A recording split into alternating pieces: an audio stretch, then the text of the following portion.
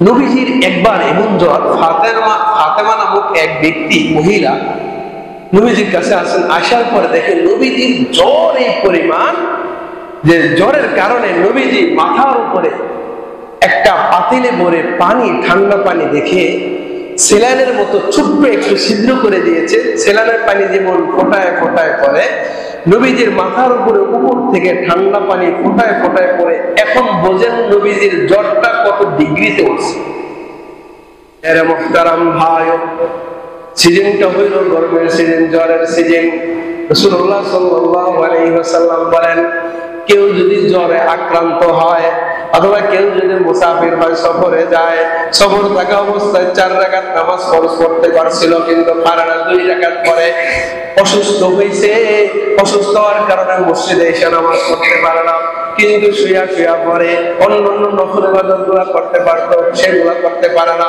রাসূলুল্লাহ সাল্লাল্লাহু আলাইহি ওয়াসাল্লাম বলেন, অসুস্থ থাকার কারণে তিনি সুস্থ থাকায় যে ইবাদতগুলো করত, ওই সওয়াবগুলি তাদের আমলনামায় আল্লাহ দিয়ে দিবে। সুবহানাল্লাহ।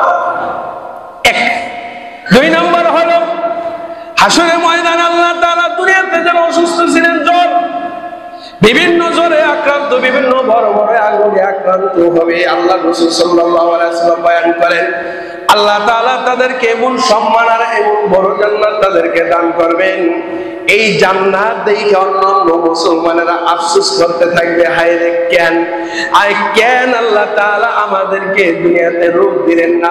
যদি দুনিয়াতে রোগ দিয়া দিতেন তাহলে আল্লাহ তাআলা আমরা হাসরের ময়দানে এত বিশাল সম্মানের অধিকারী হয়ে যাইতাম। সুবহানাল্লাহ। জ্বর খারাপ না ভালো? ভালো, তবে এটা তামান্না করা যাবে না।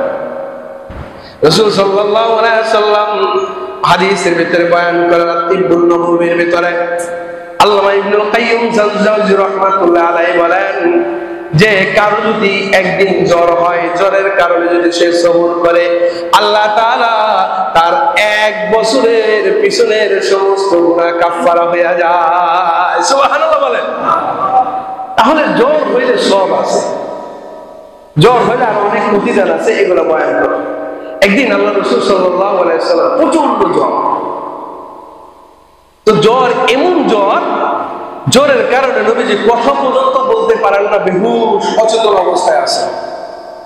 তো আবু বকর ওমর আসলেন আল্লাহ রাসূলের দরবারে। তো আয়েশা সালাম দিলেন, আসসালামু আলাইকা ইয়া রাসূলুল্লাহ। তো নবীজি এমন অসুস্থ, কিন্তু তিনি নবীজি জবাব দিলেন না।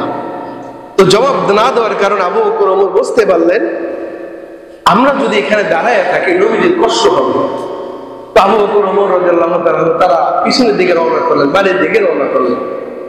মুহূর্তের ভিতরে 2 জন ফেরেশতা, আমার নবীজির মাথার কাছে একজন ফেরেশতা, পায়ের কাছে একজন ফেরেশতা। তো ফেরেশতা মাথার কাছে একজন ফেরেশতা জিজ্ঞাসা করে, এই নবীজির কি হয়েছে? কয়ের জ্বর, প্রচন্ড জ্বর। তো জ্বর হয়েছে, তাহলে তুমি কি করতেছো? কয় তাহলে তুমি এই করো না, এই দোয়া করে ফু দাও, তাহলে তো জ্বর ভালো হয়ে যায়। হ্যাঁ, তখন এই মাথার জ্বর দোয়া করলেন, দোয়া করে আমার নবীজিকে ফু দিলেন। সেই দোয়াটা হলো, বিসমিল্লাহি আরকিকা আল্লাহু ইয়াশফিকা মিন কুল্লি দাইন ইউযিকা ওয়া মিন কুল্লি নাফসিন হাসিদাতিন ওয়া তুরফাতি আইনি আল্লাহু ইয়াশফিকা। এই দোয়াটা পড়া এক ফেরেশতা বলে, এই দোয়াটা পড়ে ফু দাও, একটু থুতু নবীজির শরীরে একটু হালকা একটু লাগাও। সাথে সাথে এই ফেরেশতারা এই থুতু লাগানোর সঙ্গে সঙ্গে নবীজি ওই অচেতন অবস্থায় সুস্থ হয়ে দাঁড়ায় গেলেন। সুবহানাল্লাহ। সাথে সাথে এক সাহাবীকে বলেন, ওই যে আবু বকর ওমর ডাক দাও। আবু বকর ওমরকে ডাক দিলেন। ডাক দেওয়ার পর নবীজিকে সালাম দিলেন, ইয়া রাসূলুল্লাহ আপনি অসুস্থ ছিলেন, তোমরা যখন আসছিলে তখন 2 জন ফেরেশতা আমার মাথা এবং পায়ের কাছে ছিল, তখন তারা এই দোয়া পড়ে ফু দেওয়ার সঙ্গে সঙ্গে আমি সুস্থতা লাভ করছি। বলেন সুবহানাল্লাহ।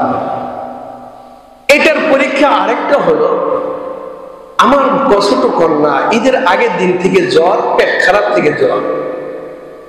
মোটামুটি সব ফার্মেসি থেকে টুকটাক ওষুধ নিতেছে, ইনামুল বাড়ির কাছ থেকে পরামর্শ করে নিতেছে, ডাক্তার ইব্রাহিম স্যারের দিয়ে নিলাম। যেদিন বেলা ইব্রাহিম স্যারের কাছে ডাক্তার থেকে ওষুধ আনছে, আনার পরে তো আমি এই কিতাব মোতালা করে কিতাব পাইলাম। আমি আমার মেয়ের পাও বললে দিতেছি সরষের তেল দিয়ে, হাত পা মেয়ে অচেতন, কোনো কথা বলে না, শুধু চেয়ে থাকে, অথচ খুব টনক ছিল। তো এই দোয়া পড়তেছি, 3 বার করে ফু দিতেছি আর খালি থুতু ফালাইতেছি। বিশ্বাস করেন, আল্লাহর কসম করে বললাম, আমার মেয়ের জ্বর এই পরিমাণ ছিল, মাথা আগুন কয়কার, রাত দিন আগুন, শরীর তো প্রচন্ড গরম, সাথে সাথে আমার মেয়ের শরীর ঠান্ডা। সুবহানাল্লাহ, সুবহানাল্লাহ। তো এই ঠান্ডা দেখে মাথাটা একটু গরম আছে। তো আমি চলে আসলাম বাড়িতে, এই বিকাল 3টা-4টার দিকে দইলা ওষুধটা খাওয়াই। চলে আসার সঙ্গে সঙ্গে মাগরিবের আগে আসরের পরে আধা ঘন্টা আমার কল দিল, আলহামদুলিল্লাহ আপনার মেয়ে আজকে পুরা আসর থেকে মাগরিব পর্যন্ত পুরা বাড়ি ঘর হাঁটছে, খেলছে, আলহামদুলিল্লাহ। আমি শুনে অত্যন্ত খুশি হইলাম যে আল্লাহ শুকরিয়া, যে দোয়ার ভিতর কি ফায়দা, যে দোয়া ফেরেশতারা শিক্ষা দিয়েছে। এটা কোনো ডক্টর ফার্মেসিতে পাওয়া যাবে না। অনুনাজ্জিলু মিনাল কোরআন মা হুয়া শিফাউ ওয়া রাহমাতুল লিল মুমিনিন ওয়া লা ইয়াজিদু যালিমিনা ইল্লা খাসারা। যে আল্লাহ তাআলা কোরআনকে বানাইছিলেন বান্দাকে শেফার জন্য। বান্দা যখন এই ডাক্তারের পিছনে ঈমান, ডাক্তারের পিছনে তার ভক্তি বেশি হয়ে গেছে, এই জন্য কোরআন থেকে ছুটে গেছে, এই জন্য বান্দা আজকে এই অবস্থা। কোন পৃথিবীর মানব যদি সব ওষুধকে বাদ দিয়ে যদি কোরআনের পিছনে, কোরআন বিশেষজ্ঞের পিছনে যদি বলে হুজুর আমার এই রোগ হয়েছে, এটার জন্য করণীয় কি, তিনি যদি আল্লামা ইবনুল কাইয়্যুম জাওজির মতো জ্ঞানী হয়, সে বলে দেবে তুমি এই দোয়াটা পড়ো, এই দোয়াটা পরে পানি খাও, আল্লাহর এই নামটা এতবার করো, ইনশাআল্লাহ আজিজ সঙ্গে সঙ্গে কোরআনের মেডিসিনে তার রোগ শিফা হয়ে যাবে। বলেন সুবহানাল্লাহ। 2 নম্বর আরেকটা আমল শিখিয়ে দিই, ওষুধও কাজ হচ্ছে না, এটাও পরীক্ষিত। ওষুধও কাজ হচ্ছে না, কিন্তু প্রচন্ড জ্বর, ছটফট করতেছে, কি করবেন?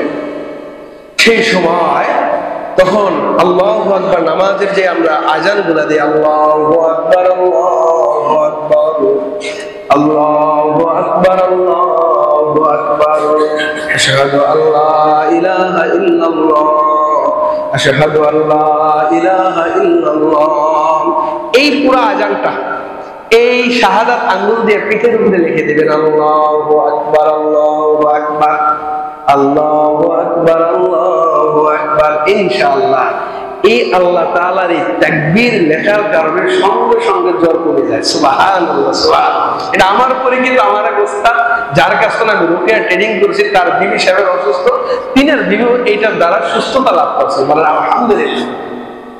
নবীজির কেমন জ্বর?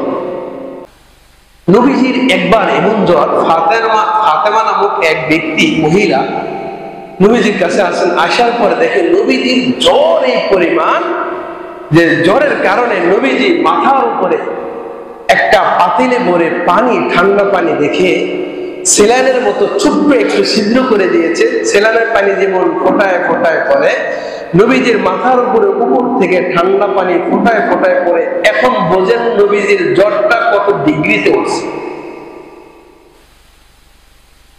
তো ওই মহিলা যখন নবীজিকে দেখলেন, ইয়া রাসূলুল্লাহ আপনার এত জ্বর, কয় যার যত জ্বর বেশি, যার যত রোগ বেশি, আল্লাহ তাআলা তার মর্যাদাটাকে বাড়ায় দেয় বেশি। বলি সুবহানাল্লাহ, সুবহানাল্লাহ। তো আল্লাহ রাসূলের মর্যাদার বাড়বে কি? আল্লাহ রাসূলের মর্যাদা আল্লাহর পরে, এর চেয়ে আর বাড়ায় কিছু নেই। কিন্তু উম্মতদেরকে শিখাই দিয়ে গেছে, তোমাদের যদি এরকম প্রচন্ড জ্বর হয়, প্রচন্ড বেমার হয়, যেটা অসুস্থ রোগ ছাড়তেই আসে না, প্রতিদিন তুমি ব্যথায় আক্রান্ত হইতেছো, সবর করতেছো, আল্লাহকে তুমি না গালাগালি করতেছো না, তাহলে তোমার আমল নামায় হযরত আইয়ুব আলাইহিস সালাতু ওয়াস সালামের সবর করার সব তোমার আমল নামায় আল্লাহ মিলে দিবেন। সুবহানাল্লাহ, সুবহানাল্লাহ। কি পরিমাণ সব! এবং তোমার এই এক এক দিন সবর করার কারণে আল্লাহ তাআলা তোমার গুনাহগুলোকে পাক করতে করতে করতে করতে করতে করতে একদম পুত পবিত্র বানাইয়া তোমাকে আল্লাহ তাআলা উঠাইবে হাসরের ময়দানে। বলেন সুবহানাল্লাহ। এই জন্য জ্বরের প্রতি আমরা যদি কারো জ্বর হয়, আমরা আল্লাহর উপর ভরসা করবো না। এবং এই জ্বর সংক্রান্ত আর কয়েকটি কথা, জ্বর হলে 3 পদ্ধতিতে বাঁচা দরকার। যে 3 পদ্ধতিতে আমরা কোনো শিকায়ত করবো না, আমরা নালিশ করবো না। সেটা হলো নিজের নফসের মাধ্যমে আমরা অসন্তুষ্টি প্রকাশ করবো না, যে রোগ হয়েছে, মানে অসন্তুষ্টি, মানুষের কাছে বয়ান করা যে আল্লাহ আমার কি নিরারোগ দিছে, আল্লাহর উপর অসন্তুষ্টি, এই যে একটা মনোভাব, এটার থেকে আপনাকে বাঁচতে হবে। 2 নম্বর হইল কারো কাছে এটাকে জবানের জিনিস থেকে আপনাকে বাঁচতে হবে। জবান দিয়া রোগ হয়েছে, এটাকে কারো কাছে বয়ান না করা যে ভাই আল্লাহ তাআলা আমাকে এমন রোগ দিছে, হাতের ব্যথায় বাঁচি না, বুকের ব্যথায় বাঁচি না, মাথার ব্যথায় বাঁচি না, এই ধরনের শিকায়ত করা যাবে না। 3 নম্বর হইল অঙ্গ প্রত্যঙ্গ দিয়ে কোনো ভঙ্গি করা যাবে না। কিরে ভাই তুই ঘোরায় করে হাড়স দেয়া, বাঁচি না ভাই, এই কোমর ব্যথা, এই হাঁটু ব্যথা, এই তো এই 3 ধরনের জিনিস থেকে আপনাকে সবুর করতে হবে। এই কোনোটাই করা যাবে না। একান্ত যদি আপনি না হন, বাঁকা না হয়ে যান, তাহলে বাঁকা হওয়া যাবে না। একান্ত যদি কষ্টেতে ছটফট না করেন, তাহলে ছটফট প্রকাশ করা যাবে না। এটা যদি না করেন, তাহলে এই সওয়াবগুলি আপনার আমলনামায় চলে আসবে। বলুন সুবহানাল্লাহ। এবং 2 নম্বর আলোচনা হলো জ্বর হলে ধৈর্য ধারণ করলে 6টা উপকার হবে। আপনার জ্বর হয়েছে, যদি আপনি সবুর করেন, তাহলে আপনার 6টা উপকারিতা আল্লাহ তাআলা দিবেন। 1 নম্বর উপকারিতা হইল গুনাহ, আপনার প্রচুর পরিমাণ গুনাহ আল্লাহ তাআলা মাফ করে দিবেন। বলুন সুবহানাল্লাহ। আপনার এক দিন জ্বরের কারণে 1 বছর গুনাহ আল্লাহ তাআলা মাফ করে দিতেছে। এবং শরীরে বেশ 360টি জোড়ার, প্রতি জোড়ার গুনাহ আল্লাহ তাআলা মাফ করে দিতেছে। সুবহানাল্লাহ, সুবহানাল্লাহ। 2 নম্বর হইল আপনার মর্যাদাকে আল্লাহ তাআলা আখিরাতে বুলন্দ করে দিবেন এবং দুনিয়া এত বাড়াই দিবেন। বলেন সুবহানাল্লাহ। প্রত্যেকটা হাদিসের রেফারেন্স আছে, দিয়ে দেওয়া যাবে না সময়। 3 নম্বর হইল জাহান্নামে যাওয়ার, জান্নাতে যাওয়ার কারণ হবে যদি আপনি জ্বর থেকে সবুর করেন। 3 নম্বর উপকারিতা আল্লাহ তাআলা আপনাকে জান্নাত দিবেন। 4 নম্বর উপকারিতা হইল জাহান্নাম থেকে আল্লাহ তাআলা আপনাকে মুক্তি দান করবেন। 5 নম্বর হইল আপনার এই জ্বরের কারণে যদি আপনি ধৈর্য ধারণ করেন, আল্লাহর সাথে আপনার সাথে একটা গভীর সম্পর্ক হবে। বলেন সুবহানাল্লাহ। 6 নম্বর হইল বিপদ যত বড় হবে, পুরস্কার তত বড় হবে। সুবহানাল্লাহ বলেন। আপনার রোগ যত বড়, পুরস্কার কত বড়? তত বড়। এটার প্রত্যেকটা হাদিসের এক একটা বয়ান করলে অনেক লম্বা হবে। এবার আসেন, জ্বর হলে ধৈর্য ধারণ করলে, ধৈর্য ধারণ হবে 7টা জিনিসের মাধ্যমে। আপনার জ্বর হয়েছে, এটা যে আপনি ধৈর্য ধারণ করছেন, এটা 7টা জিনিসের মাধ্যমে প্রকাশ হবে যে আপনি সবুর করছেন, নয়তো সবুর করার সব আপনি পাইবেন না। 1 নম্বর হইল এটা জানা যে এই রোগ আল্লাহর পক্ষ থেকে আসা। এটা আপনি অনুমতি করবেন যে এটা তো আমার আল্লাহ তাআলাই আমাকে জ্বর দিয়েছে, তাহলে তো আমার হাই উদ্দেশ্যের কিছু নাই। এটা আপনার অনুভব করবে, তাহলে আপনার এই ধৈর্য ধারণটা হবে। 2 নম্বর হইল তো এটা মনে করবেন যে আমার আল্লাহ সব থেকে সবচেয়ে বেশি দয়ালু, যিনি বেশি দয়ালু তিনি যেহেতু জ্বর দিচ্ছেন, আমার কি করার, এটা তো আমার নিতেই হবে। আল্লাহ যেহেতু মায়া করে দিচ্ছেন, তাহলে তো আমার নিতেই হবে। এই অনুভবটা, এই অনুভূতিটা আপনার দিলের ভিতরে আনতে হবে।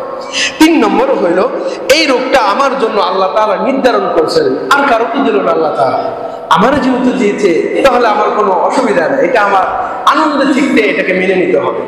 4 নম্বর হবে এটা মনে করবেন যে আল্লাহ তাআলা চান এই রোগটা আমারই দিবেন, আর রোগ তো আল্লাহ তাআলা দিবেন এটা 50,000 বছর আগে আল্লাহ তাআলা এটা তকদীরের ভিতরে লিখে রেখেছেন। সুবহানাল্লাহ। 5 নম্বর হইল তোমাকে এটা এই রোগটা দেওয়া, এটা মনে করতে হবে যে এটা তো মহব্বতের লক্ষণ, ভালোবাসার আলামত। আল্লাহ তাআলা আমাকে ভালোবাসে এটা দিয়েছে, আর মানুষকে দেয় না।